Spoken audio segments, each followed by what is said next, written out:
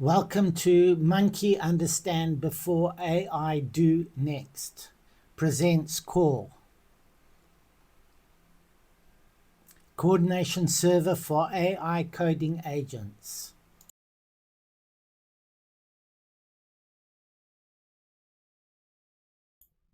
Hello. This is rather a long video presentation, so feel free to jump along to the areas that interest you.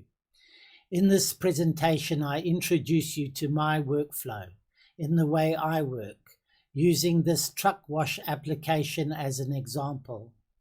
You will see that my frustrations with multiple interrelated coding projects over time led me to need developer control over my large language models. I like my agents in various IDEs where I can see exactly everything. So I developed Koor for myself. In this demonstration, I lead you through how Koor can scaffold a project for you, or you can just add it to your existing code base. I demonstrate live vibe coding a full stack app that you see behind me, and edit via multiple agents that make revisions as a test of tests. But actually, I don't use it for vibe coding. My agents use it to stay united. I mostly do the oversight myself. Switch Koor on or off makes no difference. It has no ownership. You still have your code untouched. It's a style, it's a strategy, it's not a framework.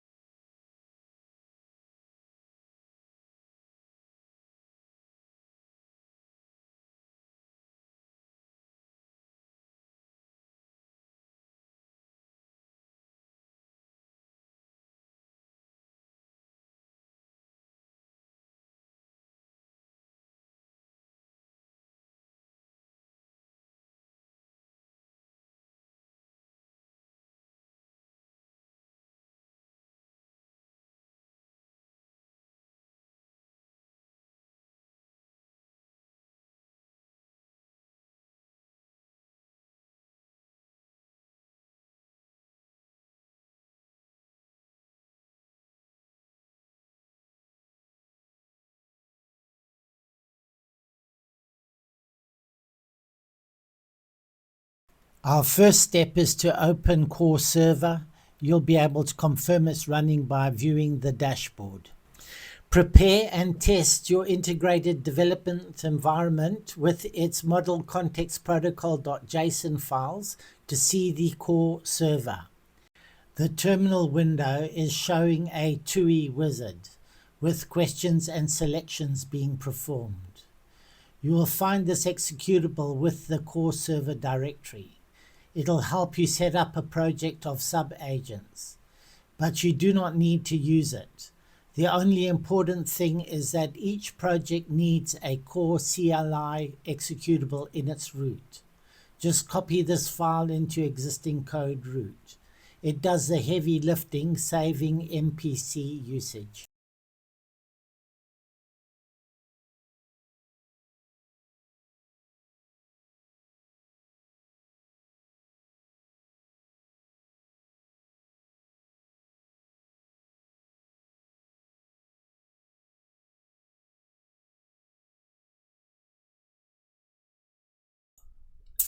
Okay, we're going to do a run through of the software now. On the second screen, we have the controller and the dashboard. As you can see at the moment, the controller has got the MPC specification here and has connected through its pending on the dashboard. On the first monitor, we've got two VS Codes, Claude Code there. And this one is the backend.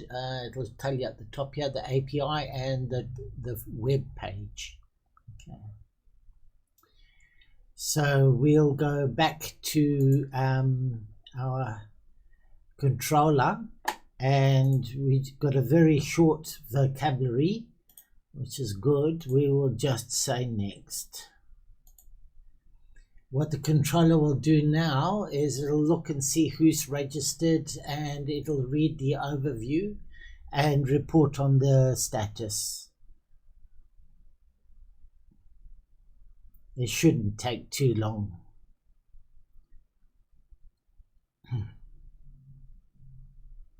Okay, so the status has come through now, and what it's saying is that nobody's assigned any tasks. It's got its plan, and it'll tell us what to do next.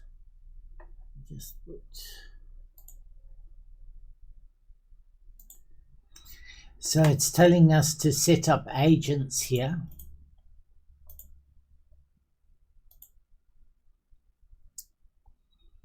It's going to go through and do that.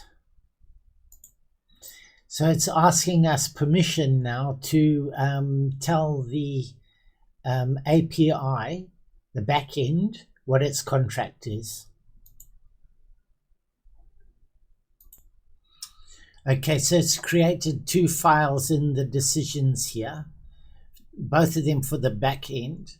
It's basically, one is the contract, the backend specification, and the other one is its decision tree, where it stands now.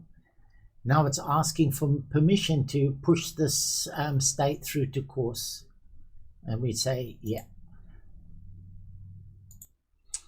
It's asking permission to publish the assignment event through to course.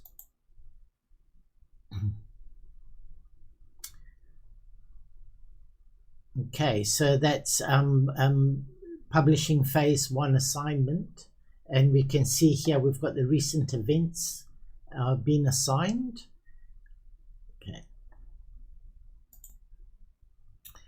Okay, so it's finished that stage now, and it's giving us a report back as what the state is.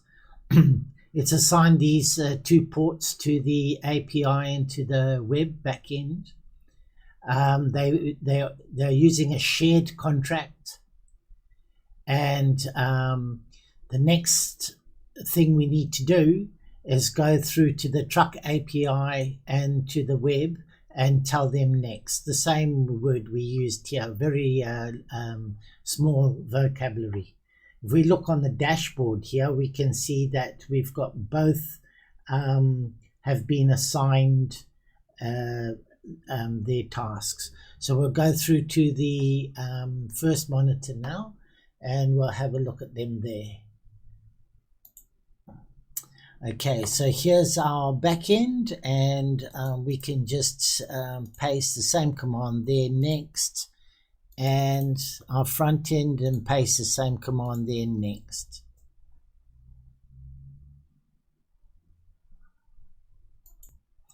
They're asking permission to check their tasks from Koor. And the events.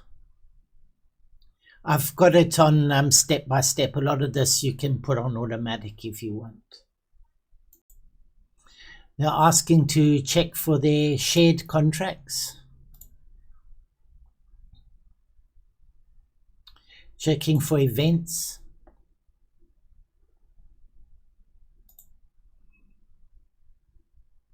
They're requesting their contracts.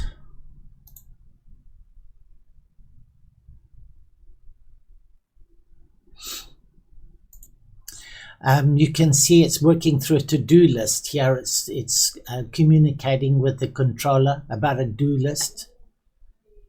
It's looking for available components that the controller's got that'll give it for building its web app.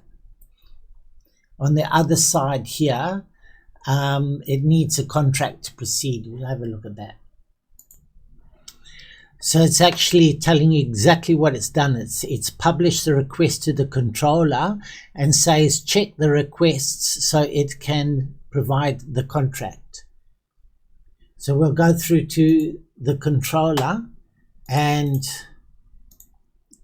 check the requests.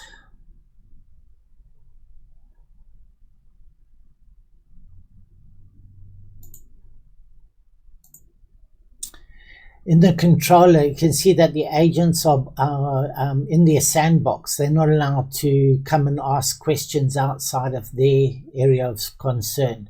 So they're being blocked from that. And this controller will put those answers through to the agents. Answers about what is the contract, what is the parts that they need. You can see in the controller and the dashboard here, we had the assignment, the front end and back end made their requests, and those requests have been approved. Here in the controller, it tells us the status, and it tells us to go to the front end and the back end and say next. So she's asking for the contract. And this one we're going to go.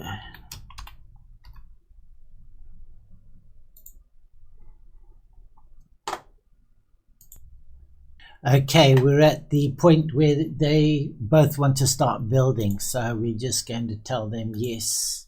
This one's putting its Go mod. This one's doing some thinking. And away we go. We're up and running. Koor's building the situation now. Want to ask him to make the directory structure. This one wants to initialize.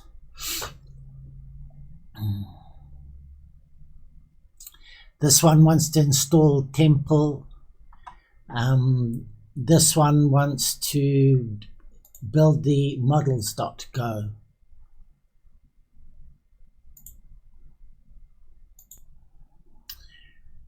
Yes, we're going to do the database, and away it's running. You can see it's going through its tasks here.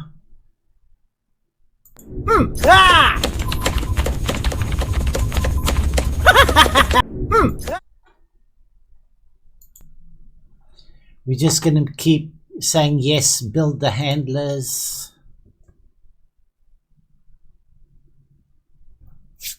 So we're working both the back end and the front end at once here.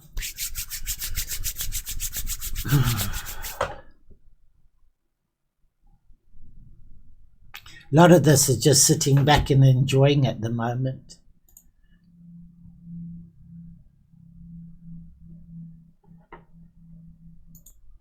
Now it's going to build the main go for the server.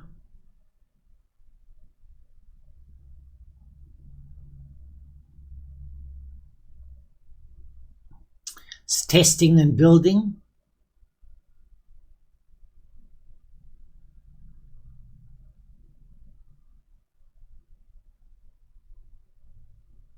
And it's just about to complete that, and it'll publish the done events back to Koor.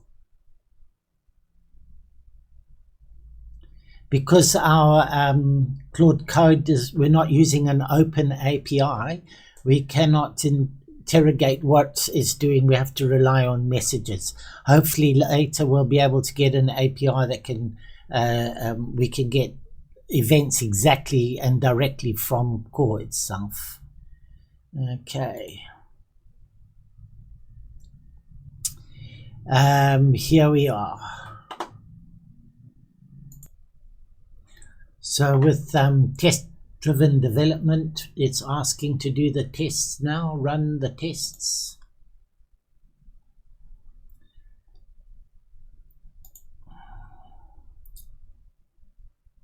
This front end is dealing with the temple binary.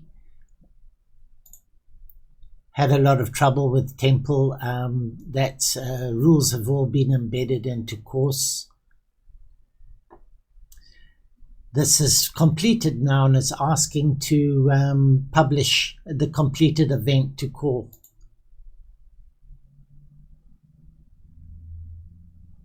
This front end is asking to build the project.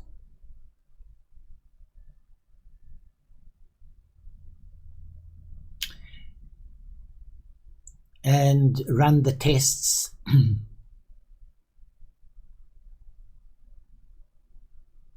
Everything compiles cleanly. Got through all the temple builds.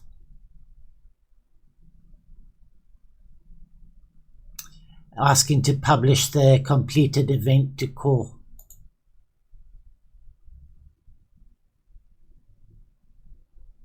Okay.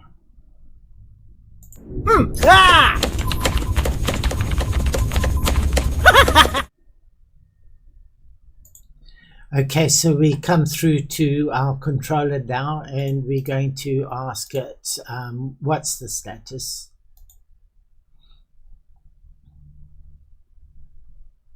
As you can see in the dashboard, we've got done and done from both the web page and the back end. It's telling us the status here and what to do next.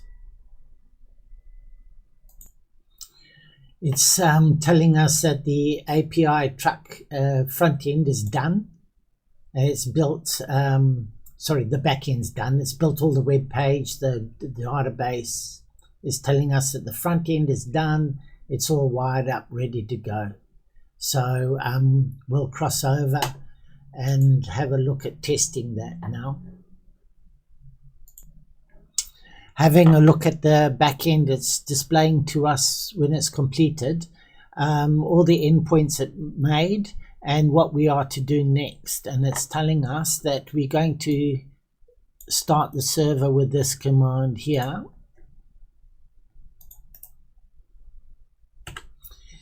And that's going to go run that server. And there it is, the server running on the back end. So now we'll open the web page and have a look at what instructions it's giving us. I think let's just run temple generate ourselves. And so we build, and now we're going to run the server. And there she is. That'll be the web page.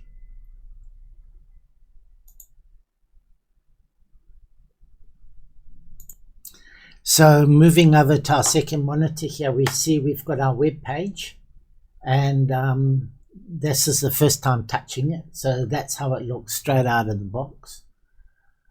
So I don't even know how to use it because I've not seen it before. So we view the trucks. So we register a truck, I suppose, give it a registration number, what company, well, monkey company, the truck type, say semi, and register. Oh, it's there in the database and working. We'll do another one. Register the truck. Let's call this one 458.